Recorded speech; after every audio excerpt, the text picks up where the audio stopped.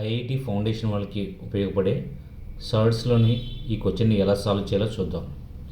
If x minus square root of 24 into square root of 75 plus square root of 50 whole by square root of 75 minus square root of 50 equal to 1, then the value of x. మనం x value అనేది find out చేయాలి. మనం X వాల్యూని ఎలా find out చేస్తాం? ఇచ్చింది ఏంటి? మనం దాన్ని ఇలా రాసుకుంటున్నాం. X minus square root of 24 equal to cross multiplication చేస్తే 75 minus root 75 minus root 50 by root 75 plus root 50. దీన్ని మనం రేషనలైజ్ చేస్తే ఇచ్చిన దాన్ని x minus root 24 is equal to దీనిలో రాసుకున్నాం. దీన్ని రేషనలైజ్ చేస్తే root 75 minus root 50 by root 75 minus root 50 అవుతుంది. నెక్స్ట్ ఇది a minus b into a minus b అని ఏ minus b whole square.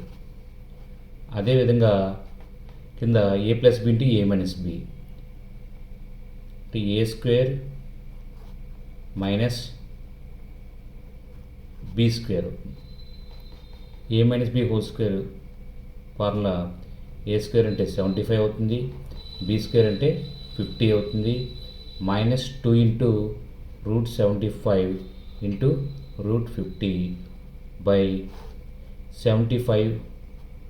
Route 75 whole square అంటే స్క్వేర్ రూట్ క్యాన్సిల్ అయిపోతుంది. 75 minus అదేవిధంగా 50లో స్క్వేర్ రూట్ క్యాన్సిల్ అయిపోతుంది.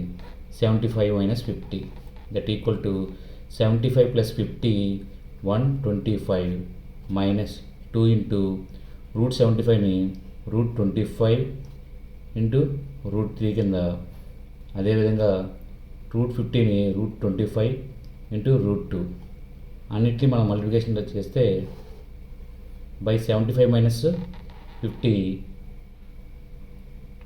25 అవుతుంది. 125 minus 2 into route 25 into route 25 అవుతుంది.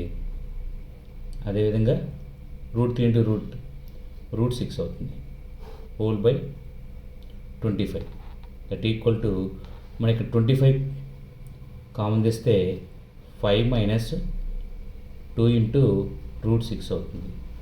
అదేవిధంగా బై 25 ఈ 25 క్యాన్సిల్ అవుతుంది. ఫైనల్గా మనకి 5 minus 2 into route 6.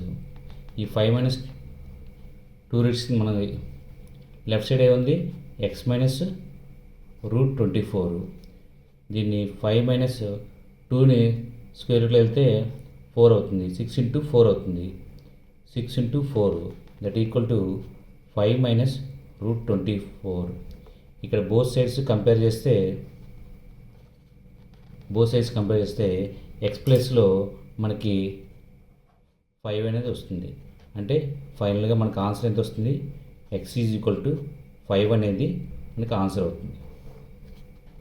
X is equal to 5 అనేది ఆన్సర్ అవుతుంది.